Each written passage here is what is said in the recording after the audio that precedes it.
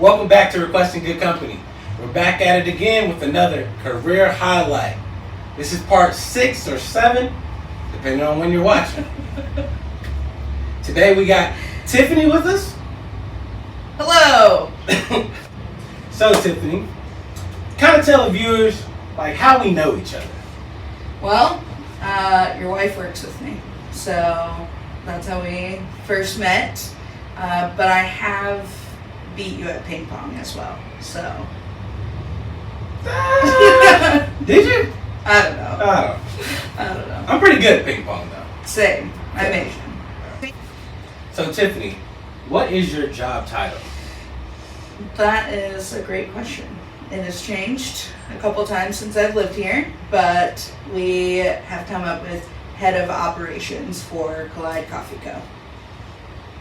It used to be brand manager, but then we just changed it to Head of Operations, which sounds fancy, It does. but really it just means I do all of the things. All of the things. All of it. What are some of the things? Marketing, Okay. events, running, I'm a barista, I manage finances, hire people, get volunteers, find events, all things that a business needs to do to succeed. So Tiffany, how did you get into the coffee business?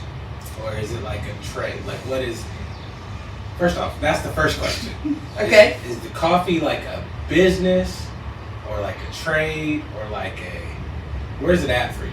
So it's kind of a lot of it's all of those things, depending on how far you want to go into it. So I started really just by drinking coffee. So when I was in college, I went to Starbucks all the time, sat there, did my homework, had like friendships with the baristas, and then once I graduated, I wasn't sure what I was going to do, and because I felt so comfortable in that coffee shop, I decided to see if I could get a job there. And so really it went from customer to being a barista, which that's just like running the floor, making espresso drinks, all of that stuff. And then a few months after that, got promoted to a shift manager. And so that's the person who's like making sure everyone's doing what they're doing. And I was a shift manager for a couple of years with Starbucks, and then eventually went to a training manager position at the airport in St. Louis for Starbucks. And then the pandemic hit, and so I had to kind of pivot and figure out what was going to happen because they shut down pretty much all of the airports. The airport let 80% of its employees go because there wasn't anything to do there. So I was one of those employees. So I had to take some time and think about what I was going to do, and got a call from Go Ministries about running their coffee ministry. And at that point, we weren't sure what it really looked like. That's interesting. So you're kind of like a pioneer for that. For them, yeah. It's very different than anything else Go does, really. So there's good things and bad things to that. So, I don't know. We're still figuring all of that out. Which kind of leads into the next question. Like, what would you say the hardest part of your job is? Business things. I went to school for like a missions degree, Bible and missions, and so I thought I was going to be on the mission field somewhere, and then here I am still, technically the mission field, right? We're all on mission, but in a very different context, and so I didn't prepare or study or do anything with business. So even marketing, like I have no idea what I'm really doing. Finances, like I know how to spend money. It's hard to make money. And finding events and like doing all of that stuff is just not what, I'm not what I thought I was going to be doing. I'm really good at managing people and building those relationships, but doing all of the business side of things is hard. Yeah. Oh, 100%. People go to school for like a years. long time to do business. Yes. I have some friends that do business. So Tiffany, tell us what you would consider the easiest part of the job, or in a different switch, if the job's not easy at all, what's the funnest part of your job? No, I think there's some, I mean, easy and fun is probably the same. I love people, and so having regulars come up to the window, or just like meeting new people and having them discover our coffee or discover new flavors that they never would have thought to put in coffee. Yeah, I think that's the easiest part and the most fun, just to get to know others. Like, that's what coffee really means to me, is like building a community of people. So any conversation that I've ever really had that's important has been over a cup of something. Usually for me, a cup of coffee. And so it just really builds that community, and that's what I enjoy the most. So Tiffany, tell me, in your ideal way, what is the perfect way to make coffee? Oh, The perfect cup of joe for you. I mean, for me, it would be a pour over of a light roast coffee that probably has some notes of blueberries and strawberries. It's just a like light, refreshing, acidic cup of coffee for me. I don't love dark chocolatey flavors all the time in coffee, which a lot of people do. I'm on the way other spectrum of that. Well, you're the expert though. So it's but coffee is like everyone can be an expert at coffee, because it's really about what you enjoy. It's not about what I enjoy. So our taste buds are different. Yeah. So whatever I taste is going to be different than what you taste. So everyone can be an expert, and everyone knows what they like and what they don't like as well. So you said a pour over. So for us, less educated in the coffee realm, what does that really mean, like a pour over? So there's this cone filter. You've probably seen it. It's in most coffee shops, and you set it usually on top of another, either a cup or a device that like holds it to pour it into the cup. And you would take a kettle that is approximately 180, I don't know.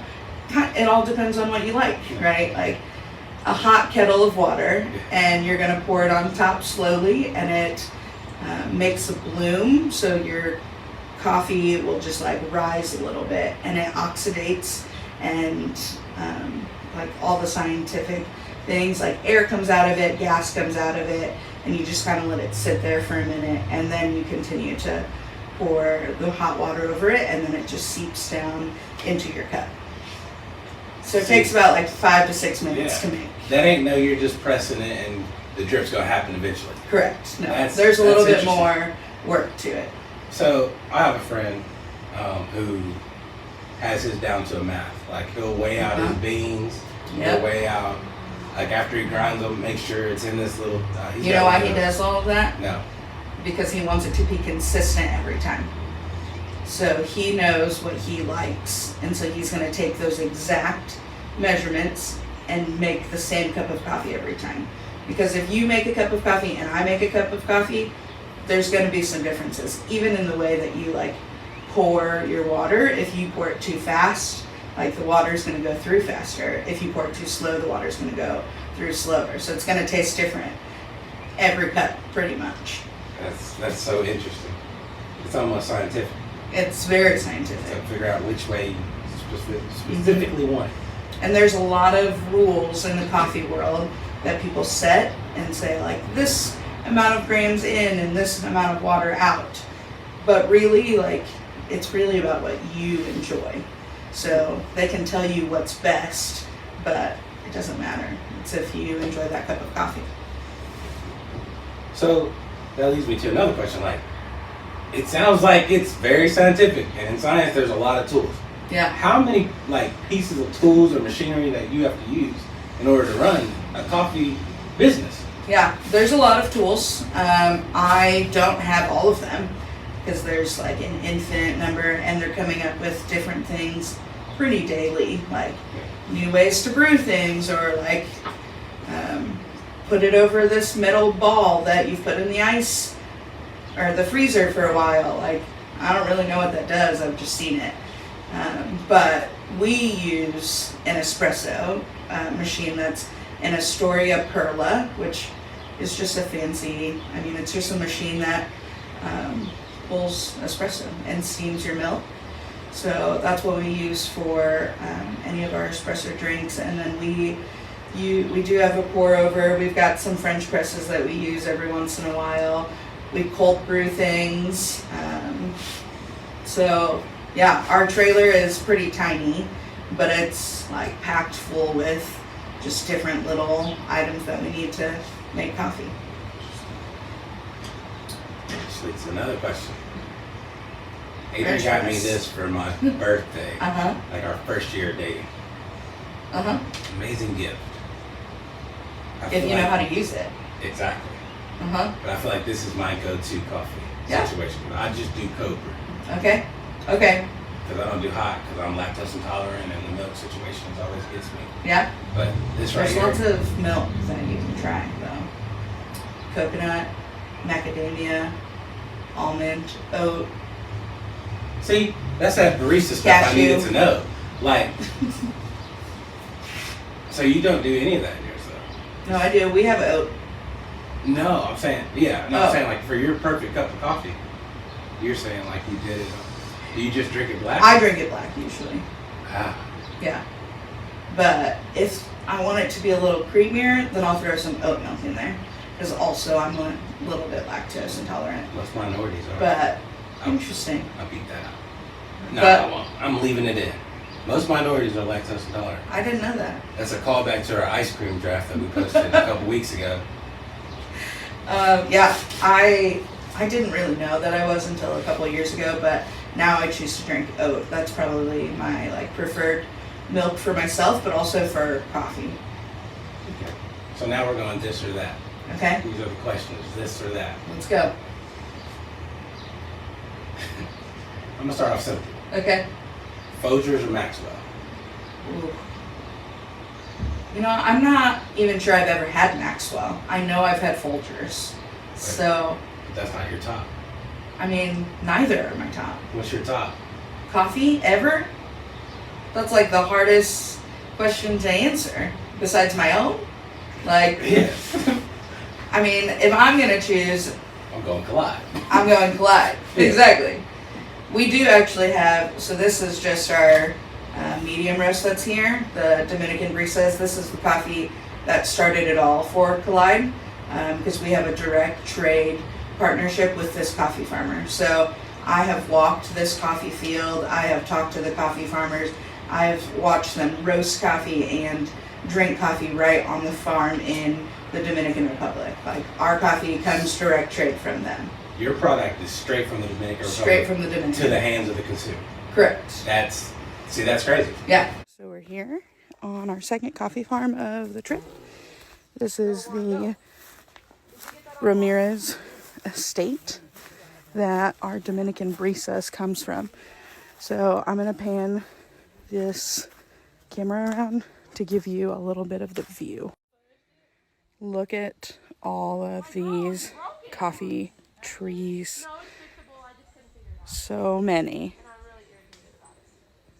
And then we give part of our proceeds back to the Dominican also. So not only are we helping the country by purchasing from them and providing business that way, we're also giving back to help a medical clinic down there, to help provide stuff for patients, to employ Dominicans and whatever else they need. So, wow, that's amazing. Yeah. Wow. Where can people buy this? Online, we ship anywhere in the States. So you can go to collidecoffee.co and you can set up a subscription. That would be the easiest way. And if you set up a subscription, you get 10% off. And so you can set it up. It can come to you weekly. It can come to you monthly. It can come to you bi-monthly, however you set it up. And you don't even have to think about it anymore. It just comes straight to your door. Which is useful for people who drink coffee every single day. Yep, for sure. Wow. Or you can find us at our coffee trailer also. So if you're in Louisville, we're around town. We go to different farmers markets. We're at different events. you can follow our events page on our website or Instagram or Facebook. We post where we're going to be. That's that marketing. See? Yeah. So speaking of your trailer, like what goes into preparing for an event? Like what is the like technical things that you have to get in order to be successful at an event? Yeah. I actually had a friend recently ask me, like, what's the thing that I've learned the most since I've started working for Collide? And my funny answer, but also like legitimate answer is, I never thought I would learn as much about generators as I thought as I have. Because we run all of our stuff off of a generator, which is crazy to think about, like just a portable electricity. I don't know, that stuff I don't understand, but there's a lot that goes into it. So the first thing is we have to like hook it up to a trailer, in which I never had done anything like that either before I got here. So getting the trailer onto the hitch on the back of the van and getting it all secure on there, and then you have to make sure you've got enough gas, enough product inside the trailer, pulling it to events, and then getting it all started. So like you pull the generator out, make sure that thing starts. Sometimes it doesn't, and that sucks, and then you have to pack it all up and go back home. That's just like the life of food trucks. Sometimes if you can't get something to work, you can't work, you know. So pulling that out, getting everything plugged in. It takes about 30 minutes for our espresso machine to heat up. So because it sits unplugged for most of the time, like when it's in our warehouse, the water that's inside of the espresso machine has to heat up so that it can come and pull shots of espresso or to steam milk. So it takes for about 30 minutes for that, and it takes about 30 minutes for us to like get everything set up too. So to make it look aesthetically pleasing and all of that.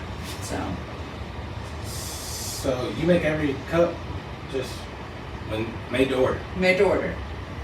Wow. Yeah, coffee's not really great if you pre-make it. Yeah. You want to... That's McDonald's. Yeah, you don't want that. Yeah, No. That's interesting. So how do you get like volunteers or people who decide to work with you?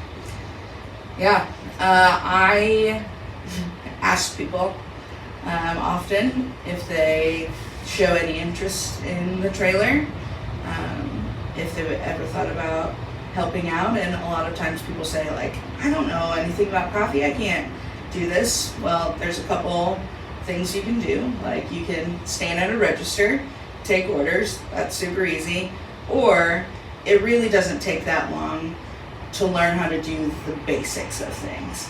And so if you have 20 minutes with me, I can show you how to make a latte, like a basic latte, and you would be fine at it. You wouldn't be like proficient enough to do latte art. I mean, maybe you would be. You do latte art? I dabble in it a little bit. That also takes a lot of like science and making sure everything's perfect and all of that, but I enjoy it, and so I try to do a little bit of something on every cup. It doesn't always look the prettiest, but I usually get at least a heart out of things. But so would you say that you love the coffee business? Like coffee? I love the way that coffee and people interact. So it's not really like the coffee business itself. I love every point or touch point that interacts with people. So getting to know them at the trailer, hearing about their lives, knowing what they want to drink, but even like further, and it's important for me to know our farmers and to know that one, they're being treated well and being paid fairly, and I mean that's just important to know people are being taken care of. Yeah. And so like it's not necessarily the coffee that I love. I do love coffee. Like I enjoy drinking it. I enjoy the nuances of it. But it's really the people that I love the most. So it's not the business itself. Who has better coffee shops? Louisville or St. Louis? Louisville. That's actually easy. St. Louis has okay coffee shops. There's nothing that I was like die hard about. Actually, before I moved here, there was a coffee shop that just opened that I think if I still lived there, I might choose St. Louis because of that. Because it's a 26-year-old black female who like just decided she wanted to create community in St. Louis where I live, and so she opened a coffee shop, and now she has 2 locations. So like I haven't been to her second location, but her first location was great. It wasn't as fancy as coffee here though. It did build community, but like Quill's is hard to beat. They just do coffee well. They hit all the points of like people who drink black coffee, or you can go in there and get like an espresso tonic, which is delicious. Like so strange to drink, but so good. So I think there's definitely more of a coffee culture here than in St. Louis. But if I had to choose like a favorite coffee shop that I've been to in the last 2 years, it probably is Latte Lounge in St. Louis because of the story behind it and meeting the owner, and she's super sweet. So this or that, Starbucks or Dunkin'? I have a little bit of loyalty to Starbucks because I worked there for 10-ish years, and they just know what they're doing. They're a multi-billion-dollar company that knows how to make coffee. Now, is their coffee great? No, but neither is Dunkin's. And more times than not, when I go to Dunkin', their employees don't know what they're doing. So I would rather go and get a cup that I know is going to taste okay than a cup that I know is going to taste probably bad. So I'm going to choose Starbucks. See, I would choose the opposite. I would choose Dunkin'. Dunkin' has more interesting flavors. That's for sure. I'm more thinking of like if I'm already getting coffee, I know I'm getting breakfast. So let me get a donut too. Yes. So, Dunkin's breakfast options smack. Way better than Starbucks breakfast. Starbucks breakfast ain't good. No, to be it's honest. terrible. It's not good. Their coffee, stick to coffee. Yeah. I got you.